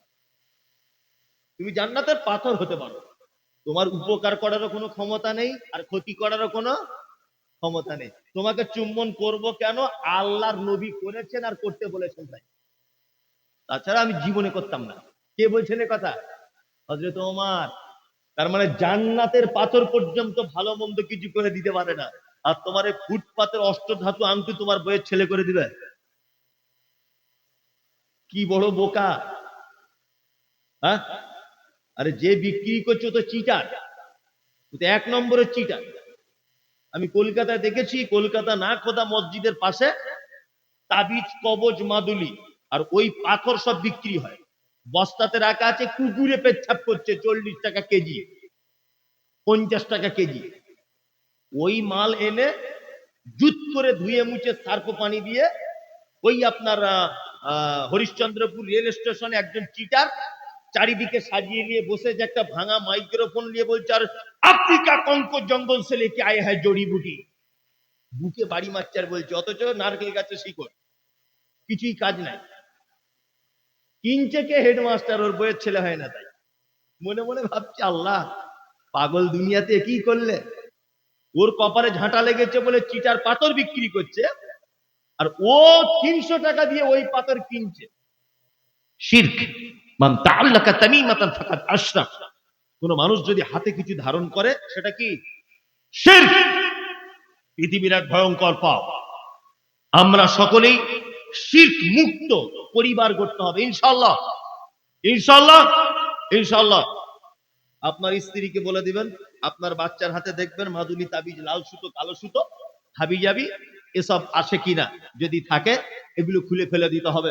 লোকমান হাকিম তার বেটাকে সর্বপ্রথম যে শিক্ষা দিয়েছেন, আল্লাহ এত পছন্দ করেছেন, ওই শিক্ষাটা পবিত্র আল কোরআনের ভিতরে নোট করে দিয়েছেন। সুবহানাল্লাহ। তার প্রথম শিক্ষা, শিরক মুক্ত একটা পরিবার করতে হবে। কোন রকমের শিরকের সঙ্গে আপোষ করা যাবে কি না? লোকমান হাকিম তারপরে বলছেন, তারপরে কি বলছেন? অওয়াসাইনাল ইনসানা বিওয়ালিদাইহি হামালাতুহু উম্মুহু ওয়াহানান আলা ওয়াহানিন ওয়া ফিসালুহু ফি আমাইনি আনিশকুরলি ওয়া লিওয়ালিদাইকা ইলাইয়াল মাসির। লোকমান হাকিম তার বেটাকে দ্বিতীয় উপদেশ দিচ্ছে, বেটা, পিতা মাতার সঙ্গে কখনো অসৎ ব্যবহার করবে না, বিশেষ করে তোমার মায়ের সাথে। তোমার মা তোমাকে কষ্টের পর কষ্ট সহ্য করে তোমাকে পেটে ধারণ করেছে, 2 বছর 2.5 বছর যাবত তোমাকে দুধ পান করিয়েছে। কখনো আব্বা মায়ের সঙ্গে অসৎ ব্যবহার করবেন না। আব্বা মায়ের সঙ্গে ভালো ব্যবহার করেন? করেন? আব্বা মায়ের সঙ্গে ভালো ব্যবহার করে না, করেন? এখন নাম হয়েছে বুড়ো, আব্বা বলে ডাকে না। বুঝে দেখতো আমাদের বুড়োটা কি বলছে, তাই না? বৌমারা আবার ওর বেটাদেরকে বলে, দেখ না বুড়িটা কি করছে। আল্লাহ। শুনুন, একটা কথা বলি, পৃথিবীতে যত ভালো কাজ করে জান্নাতে যাবার মাধ্যম আছে, যত ভালো কাজের মাধ্যমে, একটা ভালো কাজের মাধ্যমে সহজে জান্নাত যাওয়া যায়। এটা কি বলুন তো? মা বাপের সেবা যত্ন করার কারণে। আল্লাহু আকবার। আপনাকে একটা চমৎকার হাদিস বলি। আল্লাহ নবী সাল্লাল্লাহু আলাইহি ওয়াসাল্লাম মসজিদে খুতবা দিতে উঠলেন, একটা ধাপের উপরে উঠে বললেন আমিন, আর একটা ধাপের উপরে উঠলেন বললেন আমিন, আর একটা ধাপের উপরে উঠলেন বললেন আমিন। সাহাবীগণ জিজ্ঞাসা করলেন, আল্লাহ নবী, আপনি তো অন্য কোনো দিন তো আমিন আমিন বলেন না, আজকে কেন আমিন আমিন করছেন বলুন? আল্লাহ নবী সাল্লাল্লাহু আলাইহি ওয়াসাল্লাম বলছেন, জিবরিল আমিন দোয়া করছিল যে তার পিতামাতাকে পেল বা তাদের একজনকেও পেল, তাদের সেবা যত্ন করে জান্নাত পর্যন্ত যেতে পারলো না, তার নাক যেন মাটিতে মিশে যায়। দোয়া করছিল কে? জিবরিল আমিন। আল্লাহ নবী সাল্লাল্লাহু আলাইহি ওয়াসাল্লাম কি বললেন? আমিন। 2, যে মাহে রমজান মাসকে পেল, মাহে রমজানের রোজা রেখে নিজের গুনাহগুলোকে মিটিয়ে নিতে পারলো না, এর নাক যেন মাটিতে মিশে যায়। 3, যেখানে আমার কথা আলোচনা করা হলো অথচ আমার নামে দরুদ পাঠালো না, ওই জন্য মোহাম্মদ নাম শুনলে কি বলতে হবে? সাল্লাল্লাহু আলাইহি ওয়াসাল্লাম। মোবাইলে শোনেন, রেডিওতে শোনেন, টিভিতে শোনেন, বাসে ঘাটে শোনেন, যেখানেই শুনবেন, কানে যদি চলে আসে কি বলবেন? সাল্লাল্লাহু আলাইহি ওয়াসাল্লাম। আমার নাম শুনে যারা দরুদ পাঠালো না, তাদের নাক ধুলায় ধূসরিত হোক। আল্লাহ নবী সাল্লাল্লাহু আলাইহি ওয়াসাল্লাম তিনি বললেন। পিতামাতার সম্পর্কে ইসলাম কত, মানে এত দামি দামি কথা বলেছে ইসলাম পিতামাতার ব্যাপারে। কি বলেছে? উফেউ ওয়ালা তানহারহুমা ওয়াকুল্লাহুমা কাওলান কারীমা। তোমার আব্বা মায়ের সঙ্গে উত্তম কথা বলো, উত্তম। এমন কথা বলে দিও না যে তোমার আব্বা মা যাতে শব্দটুকু না বলে দেয়। আচ্ছা, আপনাদের এখানে মালদা জেলাতে যাদের আব্বা মা আছে, আব্বা মাকে খেতে দিচ্ছেন তো, যত্ন করছেন তো? আপনারা 4 ভাই কেমন করে খাচ্ছে আব্বা মারা? 4টে ভাই আপনার আব্বা মা কেমন করে খাচ্ছে বাড়িতে? পালি পালি, মনে হচ্ছে ওর বাপ মসজিদের ইমাম সাহেব, ওর মা মুয়াজ্জিন, এরকম একটা ব্যাপার। আবার বৌমারা ক্যালেন্ডার দেখছে, আজ ক তারিখ, আজকে ক তারিখ হলো, তোর দাদু কি ক্যালেন্ডার দেখে না? 12 দিন হয়ে গেল, 11 দিনের কথা। আল্লাহ, বৌমারা বলছে আবার আমাদের তরকারি কি খুব মিষ্টি, ছেড়ে যেতে মন চায় না, বড় ছেলের বাড়িতে যাও। এ হচ্ছে কি হচ্ছে না? হচ্ছে। এ অত্যাচার কেন পিতামাতার উপরে? বক্তব্য আপনারা এতক্ষণ যা শুনেছেন, কে চলে গেলেন কে থাকলেন ওটা কথা নয়, এইটুকু জায়গা শুনে যাবার জন্য বিনীত অনুরোধ থাকলো আপনাদের কাছে। ইসলাম পিতামাতাকে কোন জায়গায় পৌঁছেছে। এক, আপনারা 4 ভাই, 4 জনা দিল্লিতে কাজ করেন, 4 জন দিল্লিতে। ঈদের 1 সপ্তাহ আগে বাড়ি আসবেন, মরা মানুষের মতো বসে শুনুন। ঈদের 1 সপ্তাহ আগে বাড়ি আসবেন। তা আপনার স্ত্রীকে ফোন করে বলছেন, হ্যালো নাসিমা, আমি তো বাড়ি যাব ঈদের জন্য, তা তোমার জন্য কি নিয়ে যাব বলো। ওর স্ত্রী বলছে, আমার জন্য একটা লাল শাড়ি, লাল ব্লাউজ, লাল সায়া, এটা আনবে। মেয়ের জন্য জামা আনবে, ছেলের জন্য জিন্স প্যান্ট, আর মনে করে আমার বোনের জন্য 2টো সালোয়ার আনবে। কোন শাড়ির কথা বলছে নে। লোকটা দিল্লির কোন এক শপিং মলে কেনাকাটা করছে। ওর স্ত্রী আবার ফোন করেছে, হ্যালো, কেনাকাটা করা হলো? লোকটা তখন বলছে, তোমাদের সবার হয়ে গেছে, শুধু আব্বা মায়ের জন্য, আব্বার জন্য লুঙ্গি আর পাঞ্জাবি, আর মায়ের জন্য একটা শাড়ি আর ব্লাউজ, এই দুটো একটু খুঁজছি কিনবো বলে। তখন ওর স্ত্রী ফোনে বলছে, কেন প্রত্যেক বছরে তুমি কেন তোমার আব্বা মাকে শাড়ি জামা কাপড় দিতে যাবে? তোমার আর 3টে ভাই চোখে দেখতে পায় না? ও তখন বইয়ের ধমকানি শুনে বাড়ি চলে এসেছে। আব্বা মায়ের জামা কাপড় কেনা হয়নি, সবার কিনেছে। 4 বেটা, 2 তলা করে বাড়ি। বাপ মা সিঁড়ি দিয়ে উঠতে পারে না বলে সিঁড়ির তলাতে তক্তবোঝ দিয়ে, খাট দিয়ে, ঠান্ডা পৌষ মাসের হাড় কাঁপানো শীতে তোমার আব্বা মা দুজনা সিঁড়ির তলাতে মশারি টাঙিয়ে থাকে। তোমার আব্বার বয়স 90 বছর, তোমার মায়ের বয়স 85 বছর। ঈদের দিন সকালে সবাই নামাজ পড়তে যাচ্ছে, ঈদের মাইকে তাকবীর হচ্ছে, আল্লাহু আকবার, আল্লাহু আকবার, লা ইলাহা ইল্লাল্লাহ, আল্লাহু আকবার, আল্লাহু আকবার, ওয়ালিল্লাহিল হামদ। তাকবীর হয় না? হচ্ছে। সবাই ঈদের নামাজ পড়তে যাচ্ছে, বাড়িতে সবাই চলে গেল। তোমার মা, তোমার আব্বা মশারির ভিতরে বসে বুড়ো বুড়ি দুজন যুক্তি করছে, আমার আর ঈদের নামাজ পড়তে যাওয়া হবে না নাকি গো? তখন আপনার মা বলছে, তুমি একটু ওঠো না, আস্তে আস্তে করে লাঠিটা নিয়ে যাও, তুমি যেতে পারবে। তোমার আব্বা তখন কাঁদো কাঁদো কণ্ঠে বলছিল, যেতে তো ইচ্ছা করে, কিন্তু কি করে যাব, ভালো জামা কাপড় নেই, গোসল করাবার কেউ নেই।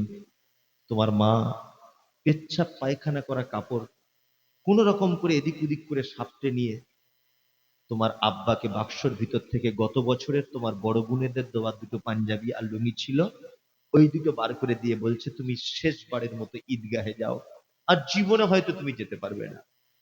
বুড়ো মানুষ গোসল করে, পরনে কাপড় পরে, লাঠি নিয়ে আস্তে আস্তে আস্তে আস্তে করে ঈদগাহে গেল। নামাজ শেষ, তোমার আব্বা আবার আস্তে আস্তে করে লাঠি দিয়ে তোমাদের বাড়ির পাশে এসে বসে আসে দুপুর 12টা পর্যন্ত। তোমার 4টে বৌমা, চারটে বৌমা, বাড়িতে আত্মীয় স্বজন, বৌমারা সব আনন্দ ফুর্তি করছে, আপনার নাতিপুতির আনন্দ ফুর্তি করছে। চার বেটা নিজ নিজ কাজে ব্যস্ত। দুপুর 1টা 1:30টা পর্যন্ত ঈদের দিনে তোমার আব্বার জন্য 2 পিস গোস্ত আর একটু পরোটা কোনো বৌমা দিয়ে গেল না। তোমার শাশুড়ি পেচ্ছাপ আর পায়খানা অবস্থাতে শুয়ে আছে সিঁড়ির ঘরের তলায়, কোনো বেটা একবার খোঁজ নিল না। কিসের এ সমাজ? আজকে উচিত ছিল তোমার 4 ভাই, 2জন তোমার বাপের বগলের তলা দিয়ে হাত দিবে, একজন লাঠিটা ধরবে আর একজন লুঙ্গিটা আস্তে আস্তে করে পরিয়ে দিবে। 4 ভাই মিলে তোমার বুড়ো বাপকে ঈদগায় নিয়ে যাওয়ার কথা ছিল। তোমার মাকে 4 বৌমা সুন্দর করে গোসল করিয়ে তেল সাবান মাখিয়ে সুন্দর দামি চেয়ারে বসিয়ে রাখবে। ঈদের দিনে পাড়া প্রতিবেশী সবাই দেখবে আর বলবে, আমার মা আমার শাশুড়ি বসে আছে। এ সমাজ তাদেরকে এত ঘৃণার চোখে দেখে যে সিঁড়ির তলাতে 2টো পর্যন্ত মা পেচ্ছাপ করা কাপড় লটকিয়ে পড়ে আছে। ঈদের দিনে তাদেরকে কেউ খোঁজ নিল না। কিসের সমাজ? হ্যাঁ, তোমার মায়ের থেকে বদমায়েশ মেয়ে তোমাদের গ্রামে আর কেউ নেই। এই জন্য তোমার মায়ের আজকে এই অবস্থা। আর তোমার আব্বা, ও তো আরো বদমায়েশ লোক। তোমার আব্বা মায়ের বদমায়েশি গুলো বলি শোনো, তাহলে তোমার আব্বা মা কেমন খারাপ লোক। তোমার মা ছিল এই গ্রামের সব থেকে পর্দাশীল নারী, সব থেকে পর্দাশীল। জীবনে কোনোদিন আলেম ওলামাদের দিকে ফিরে তাকাতো না, পর পুরুষের দিকে মুখ তুলে কথা বলতো না। তোমার মা এত পর্দাশীল, গ্রামের কোন আলেম ওলামা তোমার মায়ের মুখ দেখেনি। তোমার মায়ের জীবনের সব থেকে বড় দোষ যে তোমার মতো একটা অপদার্থ বেটাকে জন্ম দিতে গিয়ে মালদার সরকারি হাসপাতালে যে মা কাউকে মুখ দেখাতো না, ওই মা তোমাকে পৃথিবীর আলো দেখানোর জন্য পরপুরুষ ডাক্তারের সামনে নিজের লজ্জার স্থান দেখিয়ে দিয়েছিল। এটা তোমার মায়ের জীবনের সব থেকে বড় অন্যায়। তোমার মায়ের জীবনের দ্বিতীয় অন্যায়, তোমার মা ছিল, তোমার মায়ের মাথার চুল ছিল হাঁটু পর্যন্ত দোলা, কালো কুচকুচে চুল। তোমার মতো অপদার্থ বেটাকে জন্ম দিতে গিয়ে হাসপাতালের বেডে লাল রক্তে তোমার মায়ের কালো চুলগুলো জমাট বেঁধে গিয়েছিল। এটা তোমার মায়ের দ্বিতীয় বড় অপরাধ। তোমার মায়ের তৃতীয় বড় অপরাধ, তোমার মা ছিল তোমার নানার একটা মাত্র বেটি, এত আদরের বেটি। কখনো ব্লেড দিয়ে নখ কাটতে পারতো না, সুচ দিয়ে কখনো ইনজেকশন নিতে পারতো না। কিন্তু তুমি যখন পেটে এসেছ, ডাক্তার দেখাতে গেছে তোমার মা, ডাক্তার বলেছে মা পেটের বাচ্চাটা সোজা করে থাকার কথা, বাচ্চাটা আড়াআড়ি করে লেগে গেছে, বাচ্চা মারা যেতে পারে। তখন তোমার মা ডাক্তারের পায়ে দুটো জড়িয়ে ধরে বলেছিল, ডাক্তার বাবু আমার প্রাণের বিনিময়ে হলেও আপনি আমার বাচ্চাকে বাঁচান। যে মা ইনজেকশন নিতে ভয় করত, হসপিটালের বেডে শুয়ে গেল। ডাক্তার বাবু ধারালো ছুরি আর কাঁচি নিয়ে হাঁসের ডিমের মতো সাদা চকচকে চামড়া তোমার মায়ের একেবারে চিড়ে দিয়ে তোমার মতো অপদার্থ বেটাকে তোমার মা পৃথিবীর আলো দেখালো। সেই যে মোটা সূচ আর সুতো দিয়ে সেলাই করা কাটা সিজারের বেদনা আজ তোমার মা 90 বছর বয়সে ওই সিঁড়ির তলাতে বসে বসে অনুভব করে। তোমার মা মানে কে জানো? পৃথিবীর সব থেকে বদমাশ মহিলা হচ্ছে তোমার মা। তোমার মা তোমাকে নিয়ে তোমার নানির বাড়ি যাচ্ছিল, এখান থেকে যেতে হবে হরিশ্চন্দ্রপুরে তোমার নানির বাড়ি। তোমার মা বাসে উঠেছে, তোমার বয়স তখন ওই 14-15 মাস হবে। বাসে তোমার মা সিট পাইনি। কন্ট্রাক্টর দেখতে পেল একজন মহিলা হাতে একটা বাচ্চা আর উপরে একটা বাঙ্কার ধরে আছে, অসুবিধা হচ্ছে। কোন একজনকে বলে অ্যাডজাস্ট করে একটা সিট তোমার মাকে দিয়েছে। তোমার মা সিটে বসেছে, আর তখন থেকে তুমি বলছো মা একটু দুধ দে না, মা একটু দুধ খাবো, মা একটু দুধ খাবো। তোমার বুকের ভাষা তখন তোতলা তোতলা করে। তোমার মায়ের বয়স তখন 25, একেবারে চরম সুন্দরী তোমার মা। দেখে কোনজন? তোমার মায়ের রূপ, তোমার মায়ের চেহারা, তোমার মায়ের মুখের কাটিং, তোমার মায়ের মাথার চুল দেখে কোনজন? তোমার মা বাসের ভিতরে বসে আছে, পাড়া গ্রামের মেয়ে, কি করে দুধ দিব, কি করে দুধ দিব? বাসের যুবক ছেলেরা তোমার মায়ের দিকে ফ্যাল ফ্যাল ফ্যাল ফ্যাল করে দেখছে। তোমার মা অতীব সুন্দরী, ওই জন্য তোমার মা চারিদিকে এরকম করে তাকাচ্ছে, কেউ দেখতে পাচ্ছে না তো। তুমি যখন বারবার বলছো মা দুধ খাবো দুধ খাবো, তখন তোমার মা ব্লাউজের বোতামগুলো খুলে একদিকে তোমার দুধের মোটাটা মুখে দিয়ে তোমার কাপড়টাকে ধরে তোমাকে আটকে রাখছে যাতে বুকের স্তন কেউ দেখতে না পায়, আর একদিকে পেটের কাপড় পিঠের কাপড় ধরে ধরে টানছে। কারণ কারণ তোমার মা যে পাড়া গ্রামের মেয়ে, তাই লজ্জা করছে। তোমার মা এত বদমায়েশ মেয়ে যে তোমার মতো অপদার্থ ছেলেকে দুধ পান করাতে গিয়ে বাসের ভিতরে ট্রেনের ভিতরে হাজার হাজার লোকের সামনে নিজের বুকের লজ্জাস্থান পর্যন্ত খুলে দিয়েছে, কাউকে দেখে লজ্জা করেনি, শুধু তোমার জন্যে। তোমার মা মানে কে জানো? চিকিৎসা বিজ্ঞানীরা বলেছে প্রত্যেকদিন একটা সন্তান 8 বার করে দুধ পান করে তার মায়ের, একবারে 250 গ্রাম করে দুধ পান করে। কোরআনের ভাষাতে তাকে দুধ পান করাতে হয় 30 মাসের কাছাকাছি। এতদিন তোমার মা তোমাকে দুধ পান করিয়েছে, বিনিময়ে জিরো, কিছুই তুমি দিতে পারোনি। তোমার আব্বা মানে কে জানো তো? তোমার আব্বা মানে ওই বদমাইশ লোকটা তোমাকে স্কুলে পড়ানোর জন্য 60 বছর বয়সে কলকাতায় রাজমিস্ত্রির লেবারের কাজে গিয়েছিল, এটা তোমার আব্বা। তোমার আব্বা মানে কে জানো তো? তুমি স্কুলে যেতে সাইকেলের জন্য কাঁদতে, তোমার মা তোমার আব্বাকে ফোন করে বলছে, কই গো মফিজুলের আব্বা, মফিজুল সাইকেল না হলে আর স্কুলে যাবে না বলছে। তোমার আব্বা রাজমিস্ত্রির লেবার, 10টার সময়তে 30 টাকা করে টিফিন খরচা পেত। তোমার সাইকেল কিনবে বলে ওই টিফিন খরচার টাকাটা জমিয়ে জমিয়ে তোমার মায়ের ব্যাংকে পাঠিয়ে দিয়ে বলেছিল, মফিজুলকে একটা সাইকেল কিনে দিও। এটা তোমার আব্বা, এটা তোমার আব্বা। কোরআন কি বলছে? কোরআন বলছে ইয়াসালুনাকা মাযা ইউনফিকুন কুল মা আনফাকতুম মিন খাইরিন ফালিল ওয়ালিদাইন ওয়াল আকরাবিন ওয়াল ইয়াতামা ওয়াল মাসাকিন ওয়া ইবনিস সাবিল ওয়া মা তাফআলু মিন খাইরিন ফাইন্নাল্লাহা বিহি আলিম। আল্লাহ নবী সাল্লাল্লাহু আলাইহি সাল্লামকে জিজ্ঞাসা করা হচ্ছে, নবী আপনি বলুন তো পৃথিবীতে যত খরচা করার জায়গা আছে, উত্তম খরচা করার জায়গা কোন জায়গা? আমরা সারা জীবন ভেবেছি মাদ্রাসায় দান করলে নাকি বেশি হয়, মসজিদে দান করলে নাকি বেশি হয়, এতিমদের দান করলে নাকি বেশি হয়, ঈদগাহে দান করলে নাকি বেশি হয়, কবরস্থানে দান করলে নাকি বেশি হয়। এই মুমতাজুল ইসলাম আপনাকে কোরআন দিয়ে বলছে কথা।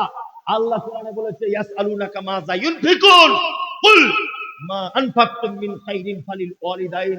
একটা মানুষ তার জীবনে বেঁচে থাকা অবস্থা যত টাকা যত জায়গাতে খরচা করে, সন্তান তার পিতা মাতার জন্য যেটা খরচা করে এটা পৃথিবীর শ্রেষ্ঠ খরচা। আল্লাহ বলছেন। কি বললাম বুঝলেন? শীতের সময় না, এখন শীতের সময় তো, জি, বাজারে ঘুরবেন, দুটো মোজা কিনে নিবেন, 50 টাকা দাম।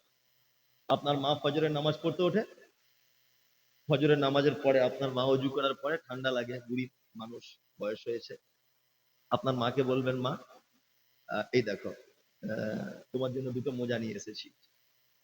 আমার মনে হয় পৃথিবীতে এর থেকে খুশি আর কেউ হবে না। আপনি বউ পাগল লোক তো, আপনি 5,000 টাকার শাড়ি কিনে দেন আপনার স্ত্রীকে, জীবনে আপনি ও আপনার প্রশংসা করবে না। ও এই কথা বলবে যে আমার মেজো জায়ের শাড়িটার দাম বেশি, ও এইটা বলবে। আপনি 5 টাকার একটা চকলেট আপনার মায়ের হাতে কিনে দেন, সারাদিন দোয়া করবে আপনার জন্য, সারাদিন দোয়া করবে। ডাক্তার বলেছে আপনি আর বাঁচবেন না, মা কি এটা বোঝাচ্ছি, ডাক্তার বলছে আপনি আর বাঁচবেন না, 3-4 মাসের মধ্যে আপনি মারা যাবেন। আপনার স্ত্রী দেখবেন ফোনে ফোনে অন্য কোনো ছেলেকে রেডি করে রেখেছে, শুধু মরার অপেক্ষা। আপনি মরলেই ও তার কাছে চলে যাবে, আপনি মারা যাবেন। আপনার স্ত্রী আজকে রাতে দেখবেন আপনাকে বলবে, জান আমার, সোনা আমার, তোমায় ছাড়া বাঁচবো না, হাবি যাবি, অনেক কিছু আপনাকে বলে। আপনি মারা যান, আপনার শ্বশুর আপনার আব্বার কাছে এসে বলবে, বিআই মশাই আপনার ছেলে তো মারা গেল, আমার মেয়েটার এখন 20 বছর বয়স, আর রেখে কি করব, অন্য জায়গায় বিয়ের ব্যবস্থা করে দিই। এটা বলবে না? বলবে। পৃথিবীতে সোনা আমার, মানিক আমার, চাঁদ আমার, হাবি যাবি কেউ থাকবে না। কিন্তু আমি মমতাজুল বলছি, আপনি 1 বছর বিছানায় পড়ে থাকুন, স্ত্রী আপনার প্রতি ভালোবাসা কমে যাবে, হ্যাঁ, সন্তান আপনার প্রতি ভালোবাসা কমে যাবে। 1 বছর কেন 2 বছর আপনি পেচ্ছাপ করুন, পায়খানা করুন কাপড়ে, আপনার গায়ে পোকা হয়ে যাক, তবুও পৃথিবীতে একজন মাত্র মানুষ আপনার জন্য নামাজ পাঠিয়ে কাঁদবে, আল্লাহ আমার ছেলেকে ভালো করে দাও, আল্লাহ তুমি আমার জীবনের বিনিময়ে আমার ছেলেকে জীবন দাও, আল্লাহ ওর গায়ে যে পোকা হয়েছে পোকাগুলো আমার গায়ে দিয়ে দাও আল্লাহ, তবু আমার বেটাকে ভালো করে দাও। এই কথা বলে কে? কে? মা। মা। মুহাম্মদ সাল্লাল্লাহু আলাইহি ওয়াসাল্লাম বলেছেন, হুমা জান্নাতুকা ওয়া নারুকা। তুমি কোথায় জান্নাত খুঁজতে চাইছো? কোথায়? মায়ের সেবা করো, মায়ের সেবা করো, ওখানে জান্নাত আছে। কে আপনাকে পদ্ধতি বললো? বলছে মৌলভী সাহেব আমার জন্য দোয়া করবেন, এবছর আমি ফের ওমরা হজে যাচ্ছি, 4 বার গিয়েছি, এবার দিয়ে 5 বার হবে। কে তোমাকে যুক্তি দিল? মক্কাতে কি জান্নাত পড়ে আছে? হ্যাঁ, মদিনাতে কি জান্নাত পড়ে আছে? আল্লাহু আকবার। আমি বলবো আপনার আব্বা মায়ের সঙ্গে একদম অসৎ ব্যবহার করবেন না, একদমই নয়, কখনোই নয়।